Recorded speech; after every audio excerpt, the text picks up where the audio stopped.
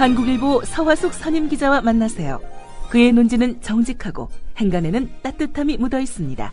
서화숙 3분 칼럼.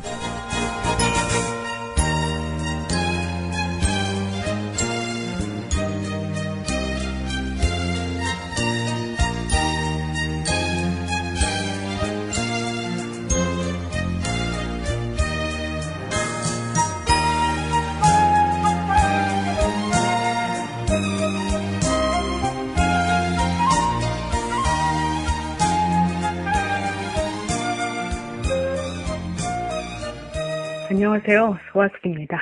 한국일보가 돌아오지 못할 길로 나가려고 합니다. 오늘 아침 신문에 경력 기자를 뽑는다는 사고를 냈습니다.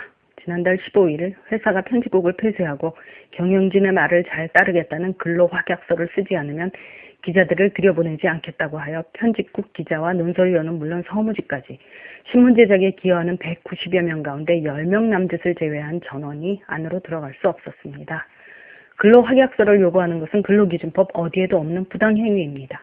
밖으로는 정의를 외치는 기자들이 안으로는 부당한 행위에 굴복할 수는 없었습니다. 당시 회사를 따랐던 10명 내외의 기자 가운데서도 3명이 나중에 그곳을 나왔습니다. 회사 측은 한 줌도 안 되는 이들이 연합뉴스를 베껴서 겨우 신문이라고 만들다가 더 이상 버틸 수가 없으니까 경력 기자를 뽑겠다는 것입니다. MBC가 방송의 역할을 바로 하라는 노조 파업에 맞서 시용 기자를 뽑은 것과 똑같은 일입니다. 과연 이런 경력 기자 시험에 응시해서 기자를 하겠다는 사람이 기자를 할 수 있을까요? 기자란 밥그릇이 아닙니다. 기자란 정신입니다. 권력을 비판하고 약자를 옹호하며 사회구조가 바르게 가도록 구석구석을 뒤져서 할 말을 하는 것이 기자입니다. 그런데 멀쩡하게 기자로서 역할을 수행하는 이들을 내쫓고 그 역할을 대신하라고 뽑는 경력 기자가 되겠다는 이들이 기자일 수 있을까요? 저는 그냥 밥 먹고 살자고 신문사에 들어가는 글쟁이라고 봅니다. 기자는 누구냐? 기자는 어때야 하는가 하는 화두는 한국일보 말고도 끊임없이 제기되고 있습니다. 우선 어제 검찰이 최성진 한겨레 신문 기자에게 통신비밀보호법 위반 혐의로 징역 1년과 자격정지 1년을 구형했습니다.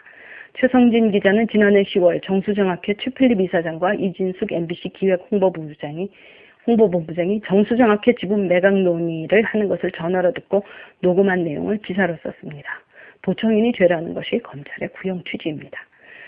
그러나 최성진 기자는 최필립 이사장과 통화한 후 전화기를 최 이사장이 끊지 않았고 이어 들려온 내용이 언론인으로 알려야 할 것이어서 녹음했다는 것입니다. 예전으로 치면 벽에 기대어 들었을 내용을 전화기로 들었고 노트에 메모했을 내용을 현대장비인 녹음기를 썼다는 차이뿐입니다. 벽에 기대어 듣는 것을 언론인들끼리 벽치기라고 하는데요. 벽치기로 알아낸 내용을 썼다고 기소된 기자는 없습니다.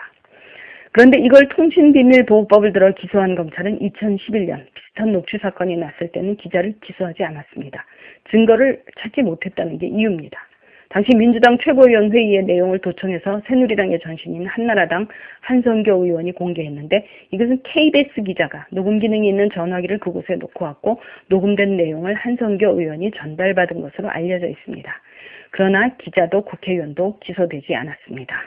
여당 국회의원은 진술을 하지 않았고 KBS 기자 역시 사실대로 진술하는 대신 노트북과 휴대전화를 교체했고 문제가 된 휴대전화는 분실했다고 거짓말을 했습니다. 증거를 인멸한 것이죠.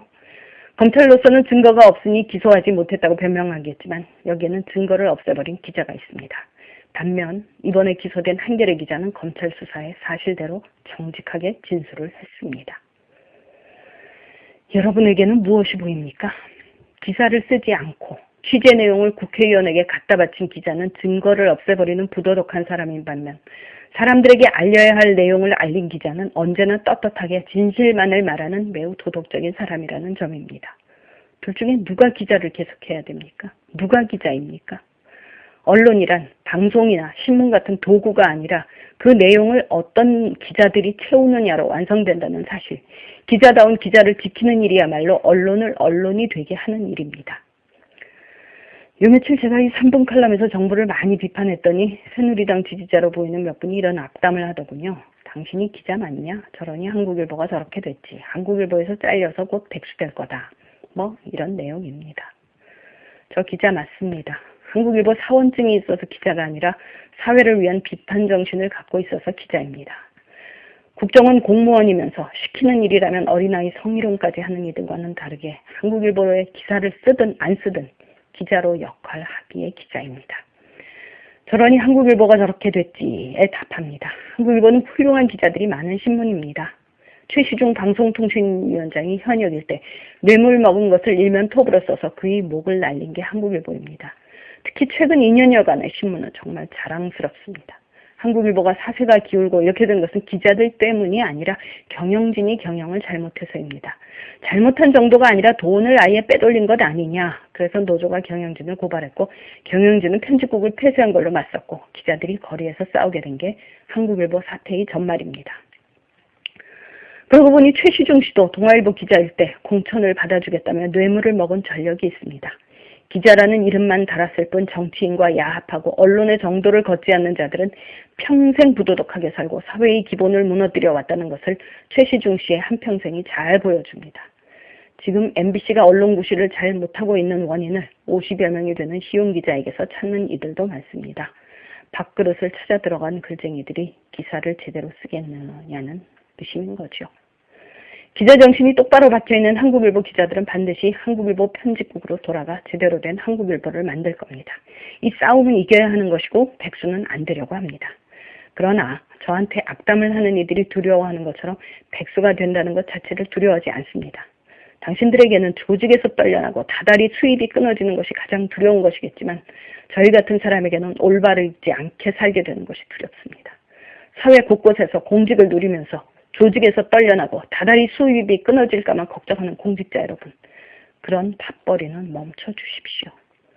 그리고 그런 부당한 밥벌이에 혹시라도 나가려고 경력기자 시험에 응시하겠다는 사람들이 있다면 그건 길이 아니라고 말씀드리겠습니다. 8월 20일 최성진 기자에게 선고를 내린 사법부에게도 말씀드리고 싶습니다. 과연 어떤 기자가 기자로 있어야 이 사회가 바로 가는지 그 부분을 헤아리고 판결을 내려주시기 바랍니다. 서화숙이었습니다.